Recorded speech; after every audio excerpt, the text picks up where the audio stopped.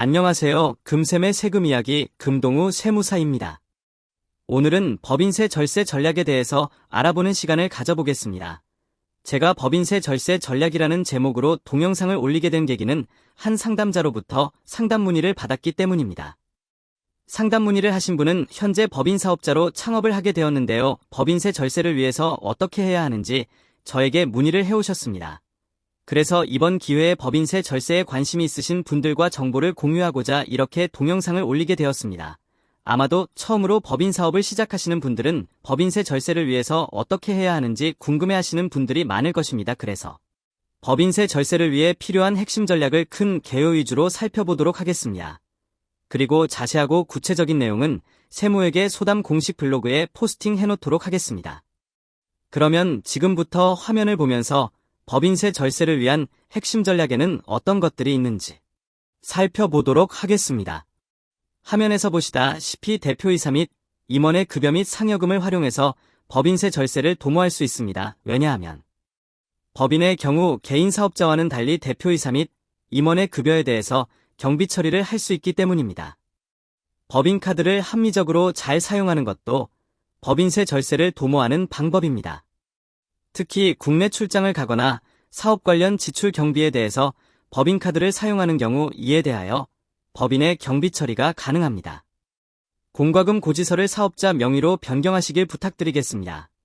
아마도 법인을 운영하시면 관리비, 통신비, 인터넷 요금 등 각종 공과금이 매월 빠져나갈 것입니다. 이러한 공과금의 경우 사업 관련 경비로서 얼마든지 경비 처리가 가능합니다.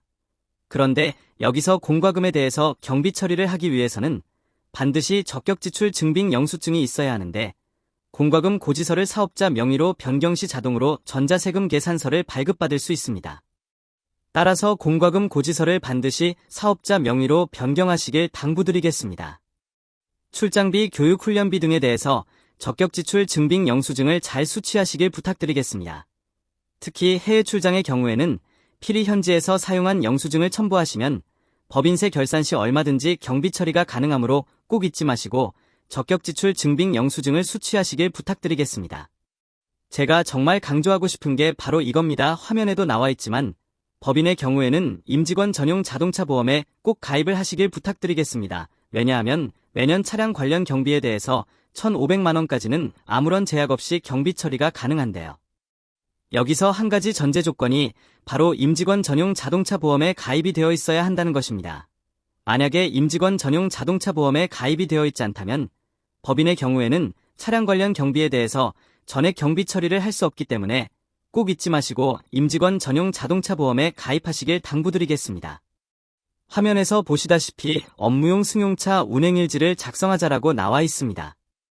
왜냐하면 임직원 전용 자동차 보험에 가입을 했다는 전제 조건 하에 업무용 승용차 관련 경비는 매년 1,500만 원까지는 별다른 제약 없이 경비 처리를 할 수 있습니다. 하지만 업무용 승용차 관련 경비가 1,500만 원을 넘어서는 순간 업무 사용 비율에 따라 경비 처리를 할 수 있는데요. 이때 필요한 것이 바로 업무용 승용차 운행일지입니다. 업무용 승용차 운행일지에 따른 업무 사용 비율을 가지고 한도 초과 금액에 대해서 경비 처리를 할 수 있는데요. 이러한 이유로 업무용 승용차 운행일지 작성을 생활화 해주시길 당부드리겠습니다. 아마도 사업을 하시는 분이라면 거래처의 경조사와 관련해서 축의금이나 조의금을 납부하신 경험이 있을 것입니다. 이러한 경조사비의 경우 건당 20만 원까지는 아무런 증빙 없이 경비 처리를 할 수 있습니다. 다만 이 경우에도 청첩장 등 관련 증빙 서류가 필요한데요. 꼭 청첩장 등 증빙 서류를 잘 보관하시길 부탁드리겠습니다. 오늘은 법인세 절세 전략에 대해서 큰 개요를 바탕으로 핵심적인 부분을 중심으로 살펴보았습니다. 그리고 좀 더 자세하고 구체적인 내용은 세무회계 소담 공식 블로그에 포스팅을 해놓도록 하겠습니다. 오늘도 끝까지 시청해주셔서 감사드리고요.